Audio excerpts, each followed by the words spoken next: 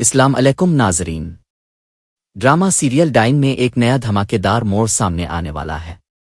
نہال نے آخرکار فیصلہ کر لیا ہے کہ اب فوزا کا کھیل ہمیشہ ہمیشہ کے لیے ختم کر دینا ہے۔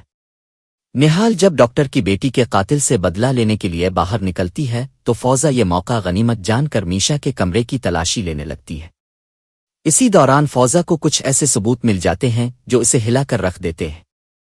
اسے پتہ چلتا ہے کہ میشا نہیں بلکہ اصل قاتلہ تو نہال ہے، اور اس گھر میں جتنے قتل بھی ہوئے ہیں ان سب کے پیچھے نہال ہی کا ہاتھ ہے۔ یہ انکشاف فوزا کے لیے کسی زلزلے سے کم نہیں ہوتا۔ وہ سوچ میں پڑ جاتی ہے کہ اتنے دنوں سے وہ سب کو غلط راستے پر ڈالتی رہی اور اصل مجرم اس کے سامنے ہی موجود تھی۔ اب فوزا فیصلہ کرتی ہے کہ جیسے ہی نہال واپس آئے گی وہ اسے سب کے سامنے بے نقاب کر دے گی، لیکن قسمت کو تو کچھ اور ہی منظور ہوتا ہے۔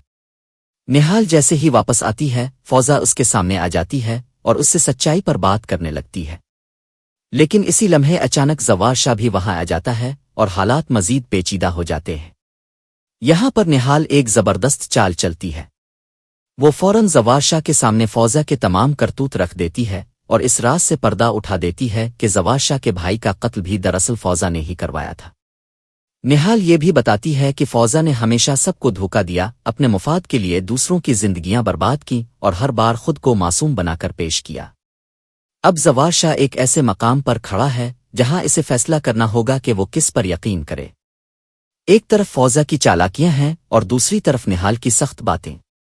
ناظرین، یہ لمحہ ڈرامے کی کہانی کو بالکل نئی سمت میں لے جانے والا ہے۔